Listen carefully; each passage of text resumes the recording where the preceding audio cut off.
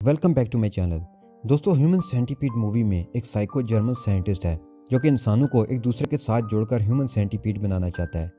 जाहिर बात है कि कोई भी इंसान खुद से तो इस काम के लिए राजी नहीं होगा, तो ये पागल साइंटिस्ट लोगों को पकड़कर ये खौफनाक एक्सपेरिमेंट करने वाला है। आइए देखते हैं कि कौन से बदकिस्मत लोग इस भयानक एक्सपेरिमेंट का हिस्सा बनने जा रहे हैं। अगर वीडियो पसंद आए तो चैनल को सब्सक्राइब कर देना। मूवी के शुरू में ही हम इस पागल साइंटिस्ट डॉक्टर हेटर को देखते हैं जो कि अपनी कार में बैठा एक तस्वीर को देख रहा है। इस तस्वीर में 3 कुत्ते एक लाइन में एक दूसरे के पीछे खड़े हैं। उसकी गाड़ी के पीछे एक ट्रक आकर खड़ा होता है और उसका ड्राइवर ट्रक से निकलकर पास ही झाड़ियों में जाता है। डॉक्टर हीटर एक राइफल से उसे शूट करके बेहोश कर देता है। अब हम नेक्स्ट सीन में मूवी के 2 और कैरेक्टर्स को देखते हैं। ये 2 सहेलियां जेनी और लैंडसे हैं जो न्यूयॉर्क से हैं, लेकिन टूर के लिए जर्मनी आई हुई हैं। यहाँ वो शॉपिंग करती हैं, घूमती हैं और पार्टीज करती हैं। आज भी उन्हें एक पार्टी के लिए जाना है। वो तैयार होकर अपनी गाड़ी में निकल जाती हैं, लेकिन वो यहाँ न्यू हैं तो उन्हें रास्तों का इल्म नहीं था।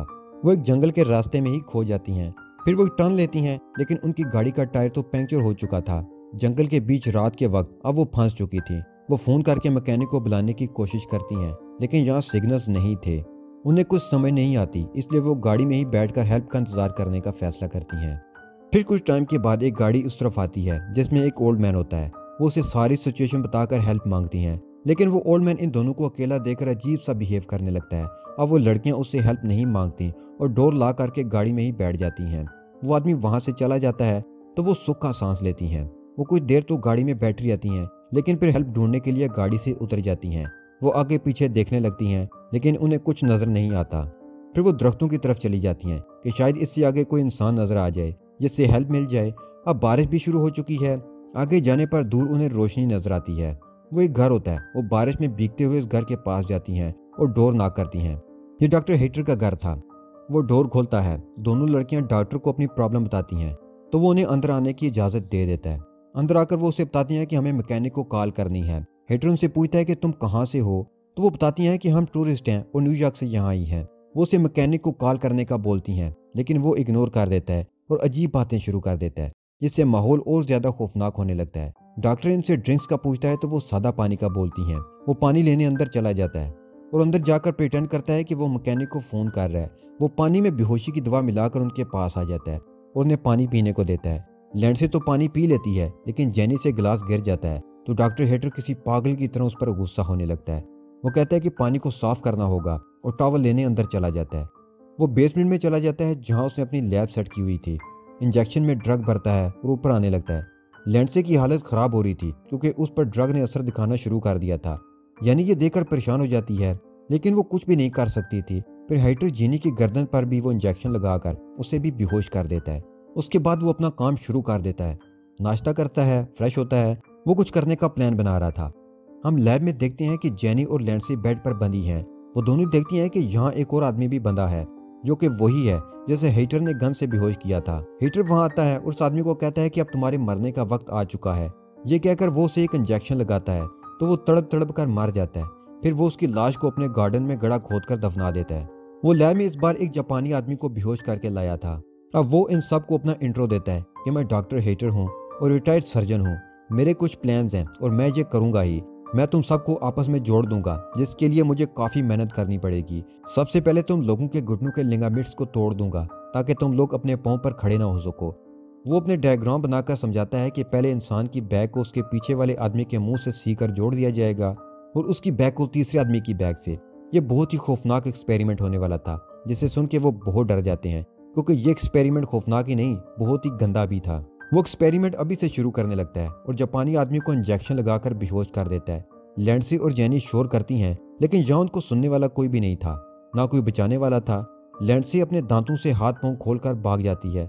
वो बेसमेंट से ऊपर जाकर भागने की कोशिश करती है और एक रूम में खुद को लॉक कर लेती है। उसके बाजू से खून भी निकल रहा था। हीटर उसके पीछे आता है, लेकिन वो डोर नहीं खोलती। फिर हीटर विंडो तोड़ देता है तो वो वहां से भी भागने लगती है।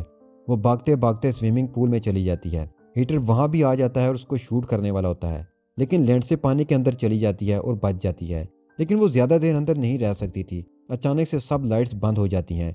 लैंडसी उसका फायदा उठाकर जल्दी से बाहर आती है और फिर जेनी को लाने के लिए लैब में जाती है। वो बेहोश थी, इसलिए वो उसे घसीटते हुए घर से बाहर ले आती है, लेकिन हेटर फिर कहीं से आ जाता है और उसको पीछे से शूट करके बेहोश कर देता है। वो उनको लैब में वापस ले आता है और अपना भयानक और गंदा एक्सपेरिमेंट फिर से शुरू कर देता है।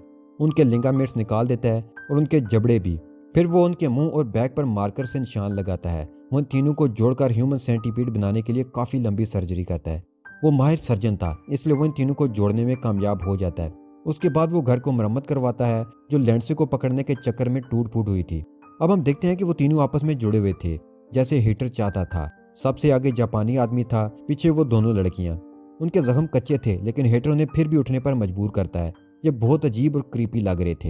हिटलर चूंकि साइको था, इसलिए वो अजीब हरकतें शुरू कर देता है। वो उनकी फोटोज लेता है, उन्हें मिरर दिखाता है कि देखो तुम कैसे लग रहे हो।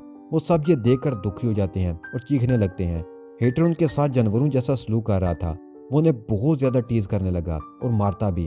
वो जापानी आदमी को किसी कुत्ते की तरह खाना डालता है। वो मौका पाकर उसे पांव पर काटता है तो हिटलर गुस्से में उसे बहुत पीटता है। उसके बाद आखिर वो खौफनाक लम्हा आ जाता है जिससे वो तीनों डर रहे थे। जापानी आदमी को वॉशरूम आता है जो उसे मजबूरन करना ही पड़ता है। उसका वेस्ट लैंडसे के मुंह में जाता है और उसे वो निगलना पड़ता है, जिसकी वजह से उसकी हालत खराब होने लगती है। वो तीनों कुछ भी नहीं कर सकते थे। जापानी आदमी बात कर सकता था, बाकी दोनों लड़कियों के तो मुंह जुड़े थे, इसलिए वो बात नहीं कर सकते थे। उन्हें समझ नहीं आ रहा था कि इस मुसीबत से कैसे जान छुड़ाएं। फिर डॉक्टर को पता चलता है कि लैंडसे को कॉन्स्टिपेशन है और जेनी कमजोर हो चुकी है। उसे जेनी की जगह किसी और को लाकर जोड़ना होगा, लेकिन इससे पहले ही उसके घर 2 पुलिस ऑफिसर जेनी और लैंडसे को ढूंढते हुए आ जाते हैं। लैंडसे और जेनी की कार उसके घर के पास ही से मिली थी। डॉक्टर हिटलर ने बताता है कि मैं एक डॉक्टर हूँ और काम में बिजी होने की वजह से मुझे नहीं पता कि बाहर क्या हो रहा है और कौन आया गया। अब डॉक्टर हिटलर उनसे पानी का पूछता है, यानी वो उन्हें भी बेहोश करने वाला था। पुलिस ऑफिसर उससे काफी का बोलते हैं, लेकिन वो कहता है कि मेरे पास बस पानी ही है। वो पानी लेने अंदर जाता है और ड्रग मिलाकर पानी ले आता है। एक ऑफिसर पानी पी लेता है जबकि दूसरा नहीं पीता, तो डॉक्टर पागलों जैसी हरकतें करने लगता है। वो उसे जबरदस्ती पानी पीने का कहता है, जिससे पुलिस ऑफिसर गुस्सा होकर उसका गिलास तोड़ देता है। डॉक्टर टॉवल लाने के बहाने अंदर जाता है और ड्रग वाला इंजेक्शन ले आता है। पुलिस ऑफिसर वो इंजेक्शन देख लेता है तो डॉक्टर उन्हें कहता है कि मैं ये इंजेक्शन खुद लगाता हूँ, मुझे डायबिटीज है। पुलिस ऑफिसर मुतमिन नहीं होते, लेकिन वो वहां से चले जाते हैं।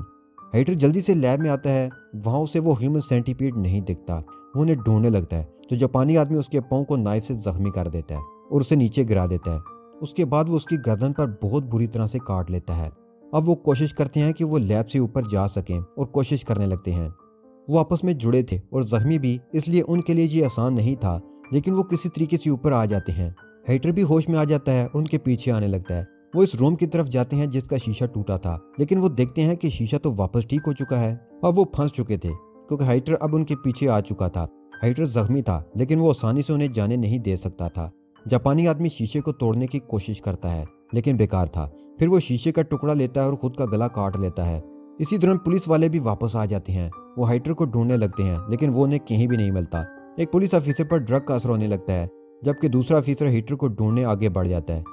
वो आगे जाकर देखता है कि 3 लोग आपस में ह्यूमन सेंटीपीड की तरह जुड़े हैं। वो ये देखकर घबरा जाता है। फिर उसे आवाज आती है तो वो अपने साथी की तरफ जाता है। वो देखता है कि हिटलर ने उसके साथी को मार दिया है और साथ ही उसको भी शूट करता है, लेकिन ऑफिसर हिटलर को गोली मारकर उसे मार देता है।